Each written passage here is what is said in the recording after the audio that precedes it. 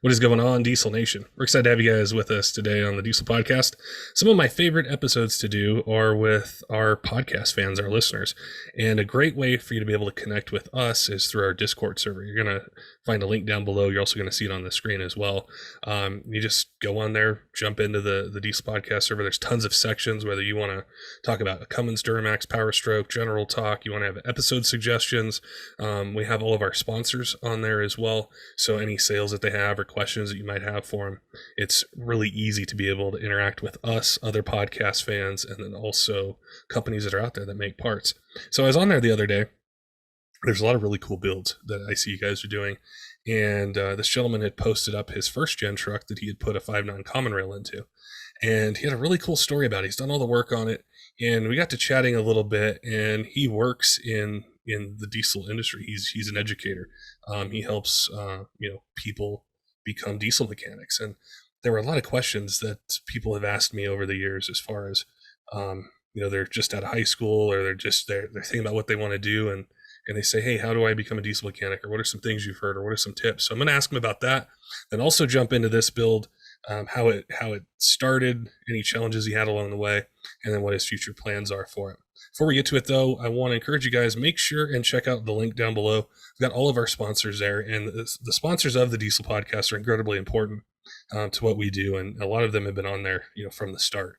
And when we mentioned the idea of, doing a show talking about diesel trucks and parts and trends and all the other things that are involved in automotive, they were supportive of it. So if you're looking for a way to support the Diesel Podcast, make sure and check out those companies. You see the logos behind me, the signs with this BD Diesel, Revmax, Fleece, DDP, Hotshot Secrets. There's tons of other ones there. So anything you're looking to do to your Cummins, Duramax, or Power Stroke, a great way to be able to ask questions, get informed, make sure you get the right product that you need, or the companies that invest into coming onto this podcast and answering the questions. And they want to make sure that you're educated, that you get the part that you want, and that your truck's running the best way that it can. All right, let's get to today's podcast, chatting about a first-gen Cummins that has a 5.9 common rail in it. Aaron, welcome to the Diesel Podcast. I appreciate you being on today. And the other day when you jumped onto our Discord server and posted up your build, I'm like, I've got to get Aaron on the podcast to talk about this build. It's going to be really cool. So I appreciate you taking time out of your day to chat with me and tell our listeners about this really cool build and your background in diesel and inspire some other people out there to jump into their own builds. For sure. I appreciate you having me, for sure. Like I said, having the opportunity to talk about my truck. I mean, who doesn't want to do that? So I'm I'm very appreciative of the opportunity, for sure. So that's what we all love doing, is talking trucks, whether it's at events, a podcast, on social media or different places. That's why we're all diesel enthusiasts, For sure. So what do you want to know, I guess? Well, I was really interested, definitely in the truck, but also your background in diesel, which a lot of questions we get from younger people. They'll say, hey, I love trucks.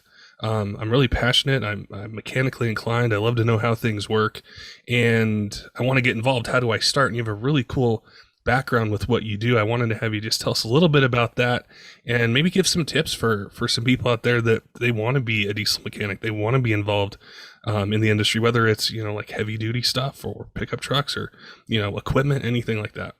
Okay. Well, I'm a diesel technology instructor at Technical College here in Missouri. I actually started in the diesel industry, I guess, when I was probably closer to 18. I had just got accepted into technical school, and I called a local international truck dealership pretty close to me. And I was working at a Scholastic distribution center at the time. And he said, yeah, I'll hire you. I made it pretty clear I didn't know anything. He's like, I'll give you a shot. And he said, just let me know when your 2 weeks are up, and I'll have you out.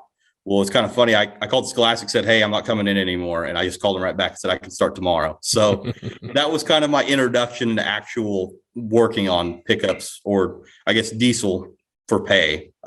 Before that, any 16-year-old kid's always scrolling through social media, just checking everything out. But from there, it segued into, I finished my associate's degree at the college I teach at now. I was a dealer service tech for 6 years, somewhere in there. And from that, my old teacher actually hit me up and said, hey, I think you'd really be great for this teaching job. You want to give it a shot? So I applied, I got it. And it's just great. I mean, if you love diesel, anything related to diesel is worth doing. I promise you that, because when I first gave it a shot. It didn't seem like it was going to be for me, but it's a great fit. And I love sharing the passion with younger kids. And so basically what we do is I do medium heavy truck, and the best way to get into any diesel field is to just be willing to learn. If you have that hunger, that drive to want to know something, I'll be more than willing to give you anything you need to get to where you want to be. Those people that lack that hunger, you can tell pretty quick that, I really don't want to put any time into you because you're not going to you're not going to go to that level that you should be, even though you're capable of it. They don't have that hunger. So, and I think that's with all aspects of life. But like I said, to get into it, I mean, if you just show somebody that hunger and are willing to put yourself out there, I mean, anybody in the field is going to be pretty receptive to what you're willing to try. So I would say that for sure. We definitely hear as well about how much need there is out there. For sure. In diesel, it seems so incredible. So the opportunities seem endless out there. Yeah, they're definitely endless. It's actually kind of funny. We have a career expo at our school, and we have dealers I teach heavy equipment and I teach medium heavy truck. And the heavy equipment guys are a little different. When they start school, they already have an internship and they're working for somebody. But the truck guys, they're mostly fair game to go anywhere. And some of them might have jobs, and that's where it's kind of funny, where we have to tell the other companies, like, hey, if they have a uniform on for a different company, we can't have you trying to scab them off somebody else. Because, I mean, the need is so heavy that, I mean, that's what some might go to, and usually they don't, and that's usually not a problem. But it's crazy that we're to the point of needing guys that bad that sometimes comes across. Yeah, and it's so special. It's so specialized too, and with the information that you need to know and just the experience. It's not like, I imagine they really struggle, these companies, with where to find somebody who can jump in, assimilate into the company itself, and they have the knowledge to be able to do the job. Yeah, I mean, the knowledge is definitely, 10, 20 years ago, if you could work on a car, you could work on a truck. But where we're at now, as far as after treatment and emissions, I mean, it's split off on a completely different path from the automotive field that, I guess, as far as the cars go, that you just couldn't make that transition, or if you could, but it would be pretty difficult to try to, like you said, assimilate to what you would have to know to just be successful in some degree. Yeah. Yeah, it's really cool to be able to hear from younger people that are really, really passionate, and we'll get messages sometimes about they'll say, hey, my grandfather or my dad has this truck or had this truck, and I loved it, and I've been around it so long, and I want to work in it. It might not necessarily be high performance stuff they're interested in.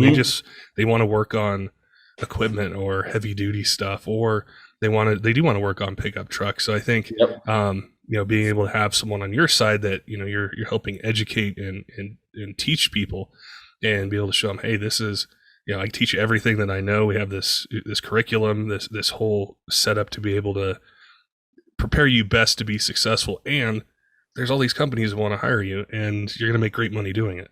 Mm-hmm. For sure. If you walk up to any employer, I think in the state of Missouri, you tell them you go to some kind of diesel technology program, or you're coming out of some kind of VOTEC, I will promise you that they'll hire you on the spot right now. It's pretty wild.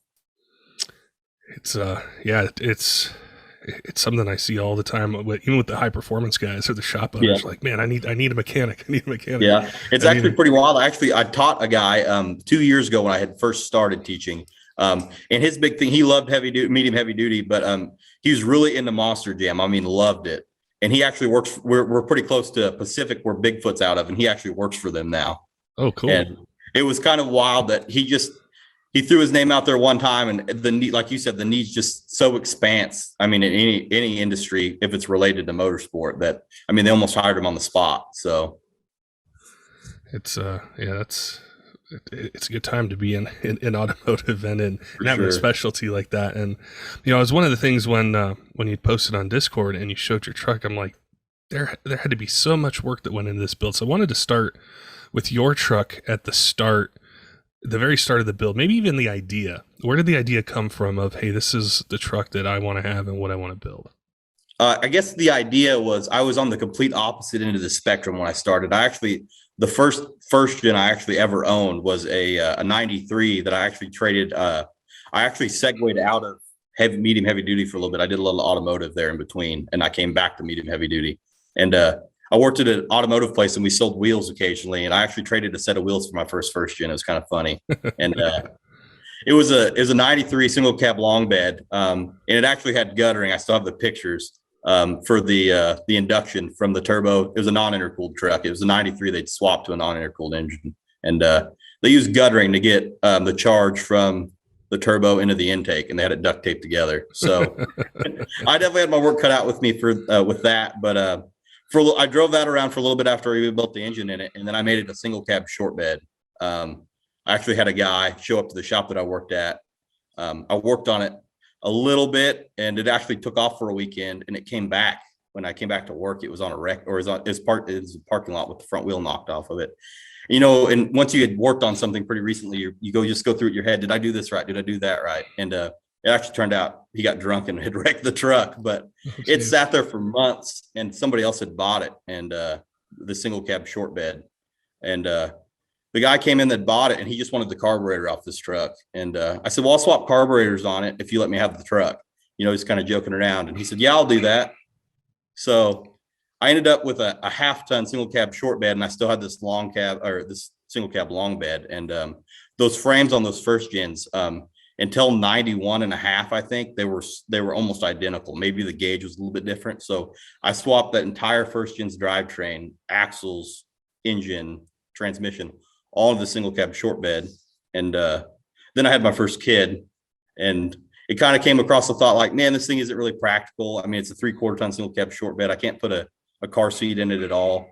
And then, you see crew cabs around, but they're few and far between. Yeah. And I always talk to my wife about it. I said, man, if I could ever get a crew cab, I'd pull the trigger on one. But they were always just hours away. And, even a gas single cab or a crew cab long bed 2-wheel drive would bring $5,000-6,000. And it wasn't feasible for me at the time.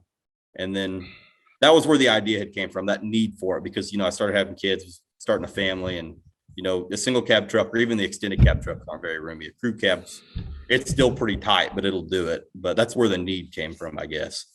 It's always one of the tough parts it's been for me is my favorite body style is a regular cab, like long bed, 4-wheel drive. I love it. But then I think I have no space for anything in the back, or, sure. One other person can ride with me. And you definitely come to that practicality part where, the extended cabs or the crew cabs, definitely have I'd say more utility to them, more practicality. But it was so cool when you had posted what you had done to this truck. And I know that a lot of the first gen fans, when you talk about this part, are going to go, oh, why do you swap that engine in it? But how did you come across a common rail, and why did you decide to go with a common rail versus, the original motor, or, a P-pump 12 valve or something like that? Yeah. Okay. So when I bought the truck originally, it was a crew cab long bed, of course, but it was 2-wheel drive. Somebody had already taken the time to 12 valve swap it, and it was a 727 trans. And I bought it. I paid what I paid for it, and it was still too much if you ask me. But, if you want to get in the crew cab game, you have to pay for it. So I actually lucked out. It was 30 minutes away, and it sat for a long time before I did anything with it, just because I basically wasted all my funds to do anything for a little bit play-wise on just buying the truck. And then I kind of looked at it, and I messed with it, and basically I didn't even hear the truck run when I bought it. I didn't even know if it would move. And loaded it up, unloaded it. Like I said, it sat for a long time. And then I got to looking at this 12 valve, and all the valve covers were loose. I knew it was free, but in those 12 valves, those little VE pumps, they'll start basically anything, but anytime, anywhere, it seems like. So I got it to run, but as soon as I got it to run, something was going on that pump. It went to complete high idle and just stayed there and was they don't bounce off rev limiter, of course, but I mean, it was definitely way up there in the RPM range. It would not come down. So I would think somebody that put that engine in there played with it before it got there. And it was just one of those deals that VE pumps aren't known for making power. And the single cab short bed I had, it was a fun little truck, but even with that VE pump in there, you can spend tons of money to just touch 450, 500 horse. I mean, there's a lot of first gen guys out there that are there, and I won't deny that they're there. But if you look at what this common rail makes that actually ended up in the truck and what those VE pumps start out at, I mean, me just swapping the engine, I doubled the horsepower of that VE pump, or what that VE was capable of, So that's where I kind of came to it. Was I just was scrolling through Facebook one day and I seen that this guy was parting out. It was actually an 05 3500 dually, and I hit him up and I said, "Hey man, I got this 12 valve. You want to trade?" And he's like, "I might do that." So I loaded the engine up. I took it 3 hours up there. I talked to this guy. And it was actually really cool. He had like 3 or 4 industrial injection engines laying around. So I don't know what he was wanting with a little VE pump 12 valve, or VE pump 12 valve. But I talked him into doing the deal. And basically that's how I ended up with the common rail. I got a common rail with a rod knock for running 12 valve. So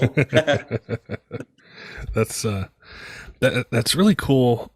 And I love doing these episodes and coming across these builds, because there's so many different directions that you can go with it. And I think, with the common rail engine to start is, you doubled the horsepower just by going with that engine, but then in the aftermarket and with what's available and how easily you can make that 550, 600, wherever you want, just electronically almost, there's some upgrades that you need along the way, but it gives you so much more room to grow with a build or to be able to hit a certain power number. But actually, getting that engine in there and making it all work, what was that process like to be able to, get it up and running? So to get the common rail in there, it's actually, I've had a couple people almost tell me I was a liar to do it, but basically all it takes to put a common rail in one of these first gen frames is I traded the guy for the 12 valve. I asked him if I could keep the 12 valve engine mounts off the block, and he told me that it was fine. I wouldn't need them anyway. So I just bolted the 12 valve, the first gen mounts to this common rail. I had to remove the ECM where it mounted, tap one hole in the block that was already there. It just didn't have any threads in it. And that engine dropped right where it should. I mean, the fire from the rear of that valve cover to the firewall probably has 1.5 inch clearance. I think it's a little bit more than the 12 valve actually has. It fit perfect. So getting that in there was super easy. The rest of the build, not so much.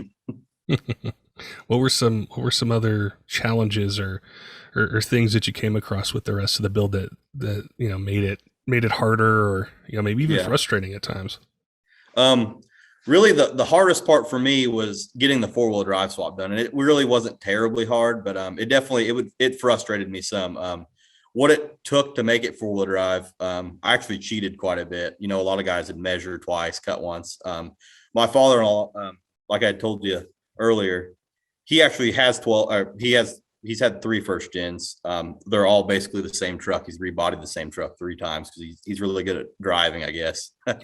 But I actually took a frame that he had bought from a 4-wheel drive first gen that was pretty rotted as a donor. And I cut the top and bottom flanges off the frame and just kept the main flange and bolted it to my 2-wheel drive frame after I'd stripped all the control arms off of it. And basically I just used it as a template. So that way there was no figuring involved. It was exactly where it needed to be. But getting it to the point where I could actually get to do that it definitely wore me out for a while. And then the overall length of the truck is a challenge. I was really wanting to stay away from a carrier bearing. And I was trying to think a way around it. And the guy that actually sold me the truck, he had axles and a transfer case that he was trying to sell to me with it. Because he had plans to make it 4-wheel drive as well. And I was getting to that point, and I finally just said, forget it. I'll buy what he had off of him. I'll just call him up and see if he had it. And it was actually a divorced 205 transfer case, the new process. And that made it super easy because I basically mounted that transfer case about 36 inches, or I guess a little shy of 3 feet back from the trans. So my rear shaft and my front shaft are identical in length. So that kept me away from the carrier bearing. Of course, I had to run one extra shaft, but I don't know what I have against carrier bearings, but I have a vendetta against them. They've never really given me a reason why, but I figure the less parts, the better. So I just built a whole nother drive shaft instead. What kind of transmission do you have in it? That's where I get a lot of first gen guys to kind of go, because even first gen guys don't like this trans. It's a G360, a get rag. It was more or less something that I had bought when it was still a 12 valve, and I was just going to throw behind it. And, I'd already spent $1,500 for the whole swap kit to make it a G360 truck. And, building the common rail about tapped me out as far as getting it where it needed to be.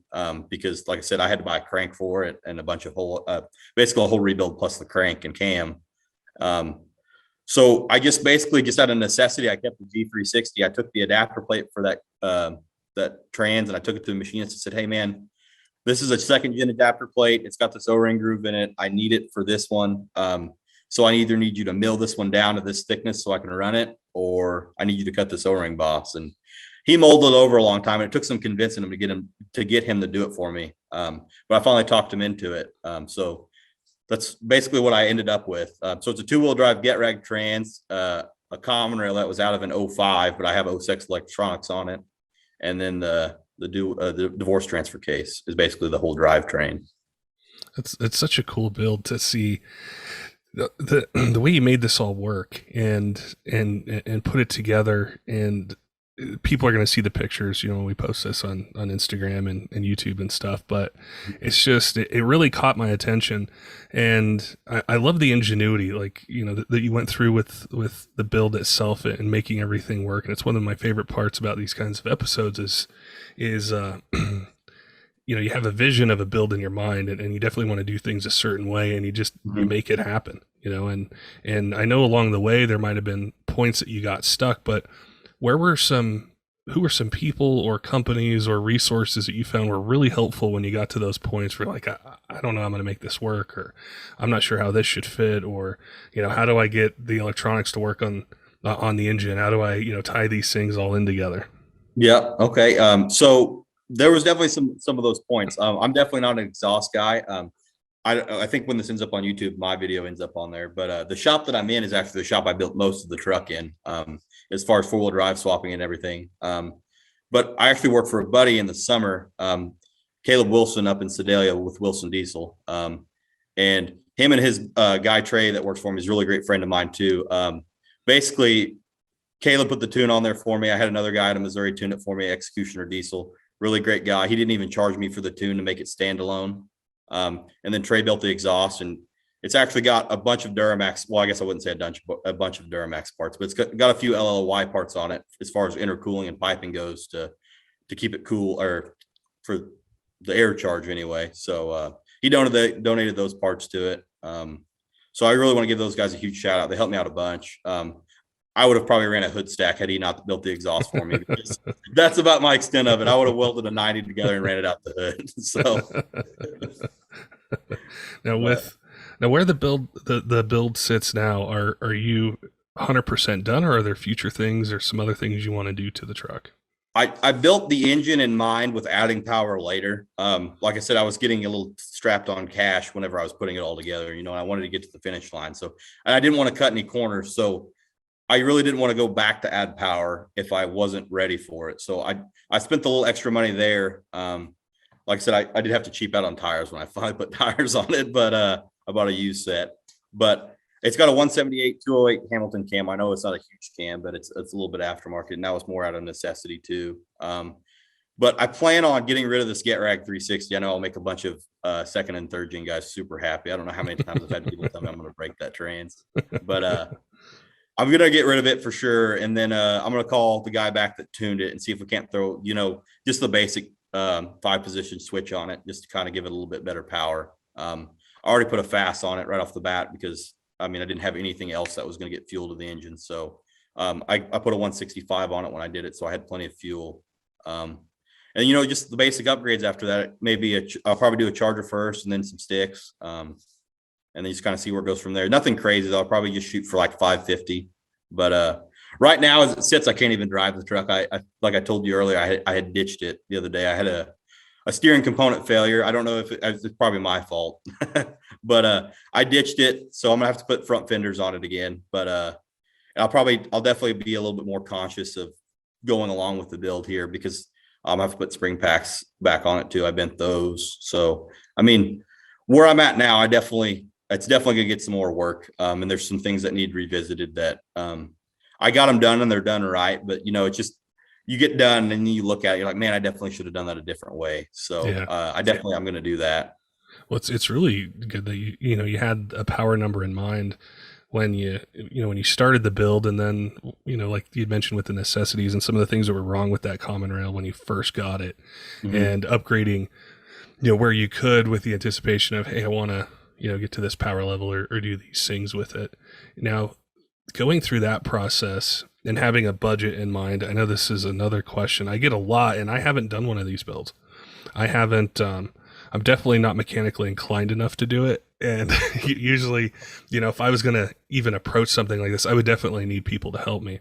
So I don't know, when you're setting up a budget and you have a project in mind, how you kind of avoid, say spending money in the wrong place, or, hey, maybe I should just go with a stock cam and use this money for some injectors, but I have a stock turbo. So when you were going through all those questions, what were some things or tips you would give somebody to say, hey, if this is your budget for a build, you have some extra to spend, should you think about the power level that you want to be at? Should you put it into, some mechanical things, maybe some upgrades, some, a different turbo? What would you suggest there?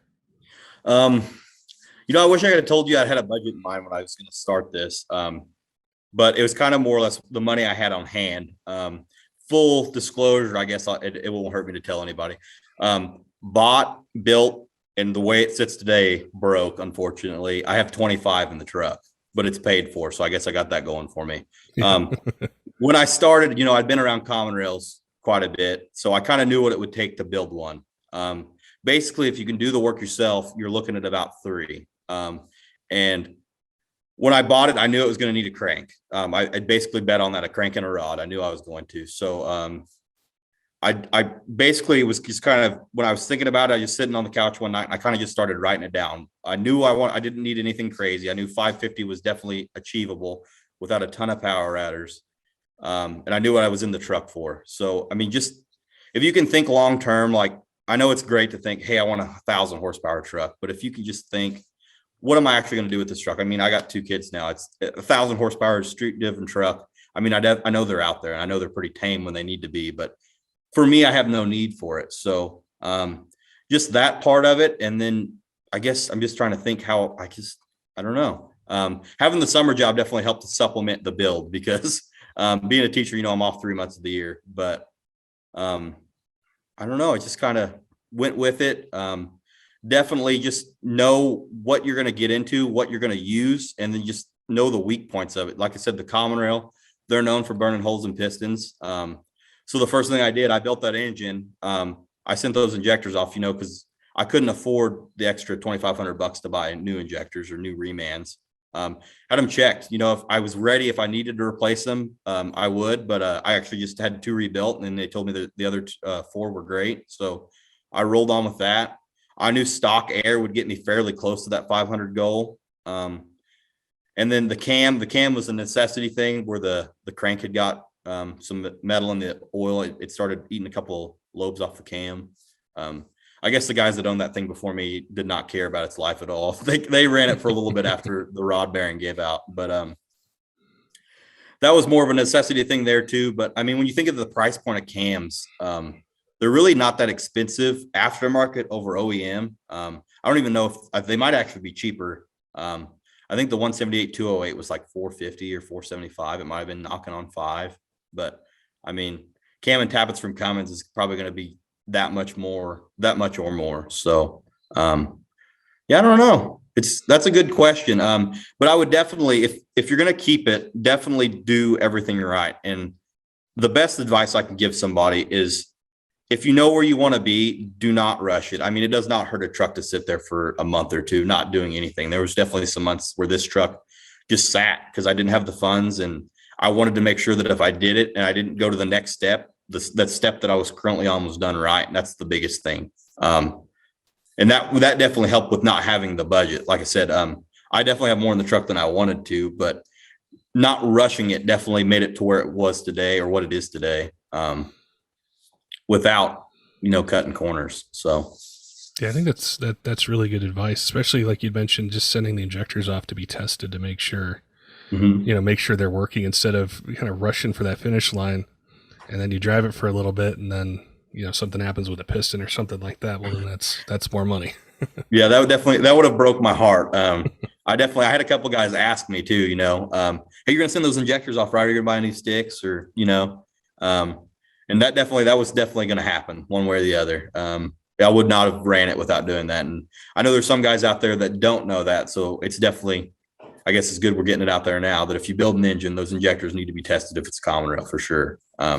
Even if they were just running perfect the day you took it apart, I would definitely have them tested because, I mean, those guys that burn holes in piston, they weren't counting on those injectors going bad that day either. So, yeah, and a lot of times too, like you'd mentioned the previous truck and the guys, they didn't care about what happened to the engine. Is it can happen a lot out there where it's just because as an enthusiast, where we look at the engine, we look at the fuel additives, what kind of oil we run, what kind of oil filter.